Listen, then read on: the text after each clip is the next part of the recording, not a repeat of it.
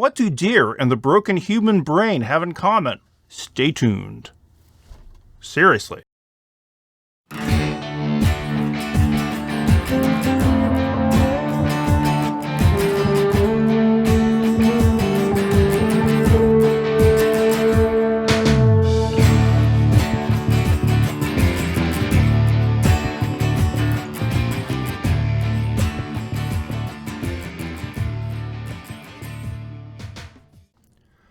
The Jarvis article is really interesting because it forces us to really challenge some of our conceptions. My parents moved to Chelsea, Michigan a little while ago, and they have a condo that's on the back part of the condominium complex, and they're thankful because they've got woods back there, which means they have all kinds of deer. And I'm almost tempted to show them this article, but I don't know if it would make any difference. The real thing that I love about this Jarvis article, apart from catching something that we all have good familiarity with, but probably haven't really thought of all that much, is that it gets into the complexities, and the complexities aren't just about nature. They're also about us, our human minds. She quotes Alan Rothberg, first paraphrases, then quotes, who says only a fraction of wildlife management is about biology. The rest is sorting out why people believe what they do. And that's the interesting one. People love deer even though the deer might be the worst thing for the neighborhood. Even though the deer might cause all kinds of accidents. And even though, as Jarvis says later in the article, deer aren't that great for the forest either. Why is that? Probably because our brains don't work all that well. Let's talk cognitive biases. The first thing I need to let you know is a lot of this came from a TED Talk that Harvard psychologist Dan Gilbert gave, Why We Make Bad Decisions. I'm not going to force you to watch it here because it is a little bit on the long side, but I will put the link in Blackboard because it's well worth your time. After seeing this, I bought his book, Stumbling into Happiness, and it really changed a lot about how I thought about people, how I thought about rationality. His thesis is that we make bad decisions because our brain is not really wired to think logically. Cognitive biases are tendencies or patterns of systematic errors that deviate from rationality. Things that affect how we make decisions, how we act, how we judge, how we remember things. Humans didn't evolve to think completely rationally. We have to do shortcuts in our mind. When we have a dangerous situation, we don't have time to sift through all the possibilities. So over the eons, we have come up with certain shortcuts. Giant saber-toothed tiger is coming and running towards us. Do we immediately think that it's going to be our friend and want to cuddle? No, we run. We tend to flee from threats. That's good in that case, but when you apply rules of thumb to things that don't fit, you end up seeing the world wrong. You end up making decisions about the world wrong. Cognitive biases can be good, but in terms of pure rationality, they can work against us. And there's a lot of reasons for why we have these cognitive biases. But a common theory at this point in time is that a lot of them evolved from behavior that was required of us a couple thousand years ago that evolution hasn't caught up to. Society is simply changing faster than humans can evolve to completely adapt to it. A lot of our thinking is still rooted in hunter-gatherer societies. So we think a lot in terms that originate from hunter-gatherer societies, but we're not living in them anymore. And our mind hasn't quite caught up. This means that while cognitive biases can help us in some circumstances, we're often thinking about the world in a way which is obsolete. Let's give you an example of a cognitive bias at work. Say you wanted to host a big dinner party and you know you need to go get some wine. And you go to the store and you see a bottle of $8 wine, a bottle of $27 wine, and a bottle of $33 wine. The way we think dictates that we're going to get the middle one. We don't want to get the absolute cheapest wine because that's going to make us look cheap to our guests. On the other hand, we can't afford to always get high end stuff, so we're not going to get the highest end wine. We're going to get the one in the middle. Thing is, retailers know this, and if you're running a wine store, you're going to have some much more expensive wines. There's a $51 bottle of wine that's going to make that $33 bottle of wine look a lot more attractive and more people will buy it. They might never sell that $51 bottle of wine, but it will do its job in raising the average amount of money that other people will spend. What's going on here is we're having a weird perception of value. We are not really getting the true value of things. We're going by comparison's sake, but comparisons don't always work for us. Another example, and this one is also from the Dan Gilbert video. You were offered a choice of two income streams. The first one, you get $60,000 in year one. You get $50,000 in year two. You get $40,000 in year three. Or you could start off at 35, move to 45, and then move to 55 in year three. Which one of these two would you take? Now, the first blush answer is I'm going to want the one where my money goes up, because we have an idea that increasing is better than decreasing. However, if you add up the money you'd get, you're actually a lot better off if you go with the decreasing income because it yields more money at the end. We think immediately, more is better, not less. And we get tricked by the amount of increase. It keeps us from seeing absolute value. The formula that you can work is expected value is the odds of gain times the value of gain. An example, again, from the video. Say there was a lottery. There were 10 tickets, cost $1 to play, and whoever's ticket was pulled would win $20. There's 9 other people who already have tickets. Do you want the last ticket for $1?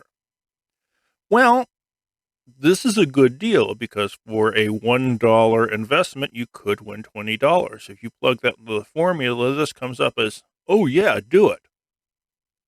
However, if one guy owns 9 tickets and you get the option to buy one for the $20 payoff, you're much less likely to buy this one ticket because it's not as easy to see yourself winning. In the other version, there were a total of 10 people who'd have tickets if you bought one. Your odds were winning were 1 in 10. That sounds pretty good. In this one, you're less likely than this guy to win, but your odds are still the same. Our mind focuses on the fact that this guy's probably going to win, so why should we bother? Even though the odds haven't changed from the previous one.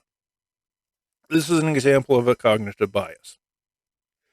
There are multiple types of cognitive biases, so let's go through some of the biggies.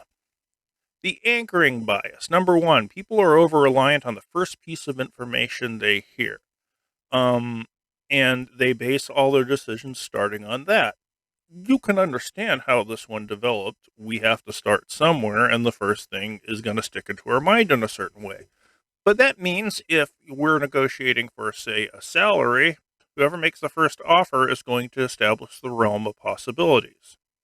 If I say, we're going to start you off at 50,000, it's very hard for you to then go to 70,000.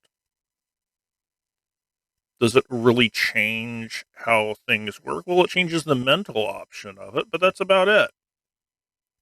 Availability heuristic. People overestimate the importance of information that's available to them. If I see something personally, therefore it must be more true than something I read. The example this graphic gives is that smoking can't. I knew this guy who lived to be 100 and he smoked 3 packs a day. That's going to trump the statistics.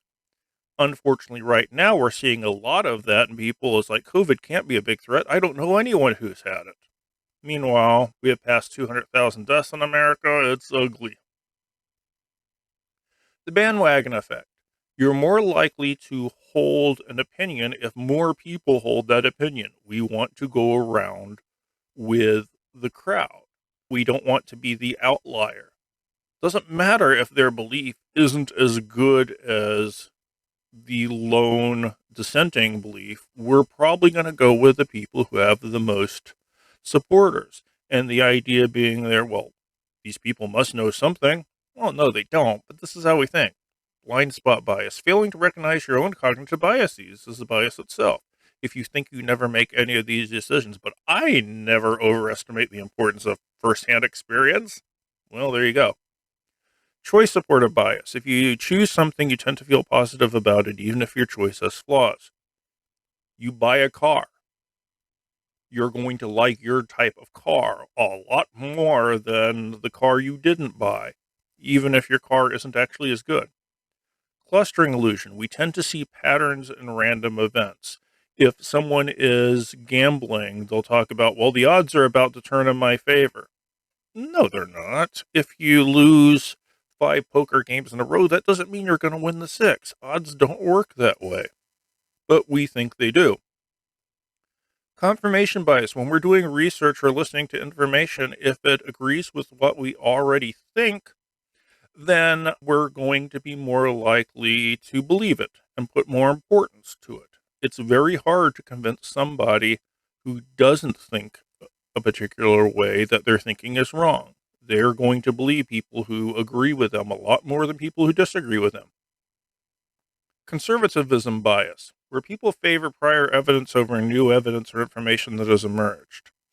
More people have historically believed that, and you're telling me something new? It can't be true. And that's not really the way you should make a judgment, because it's a more reasonable explanation. But that's not how we do things.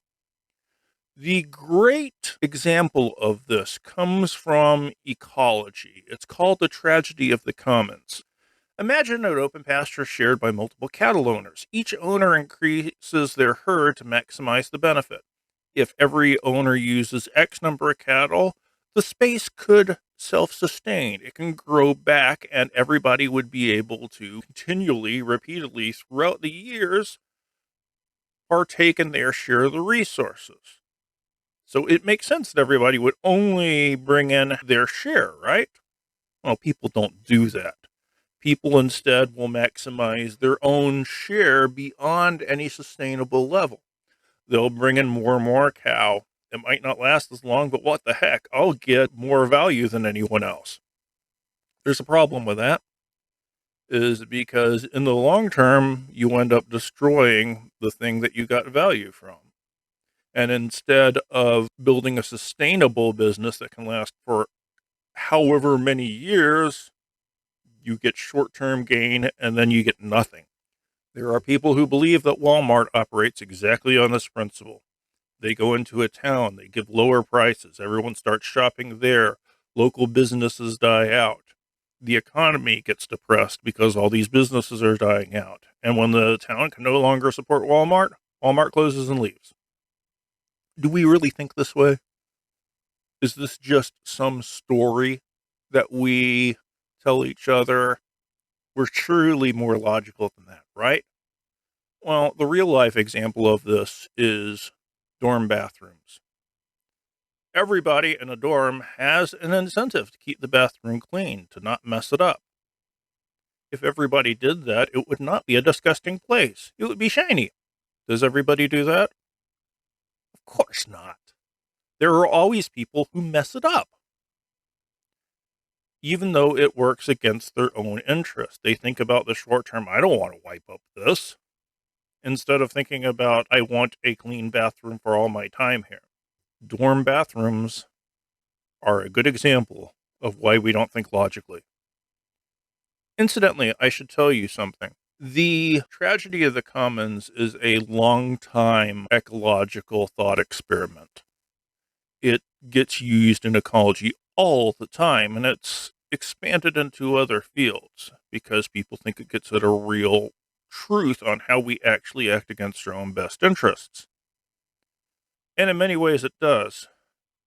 But I remember reading a story about a month ago that the person who came up with the tragedy of commons actually came up with it to not explain why people won't take care of their stuff, but why minorities won't take care of their stuff. Yeah, he was a racist.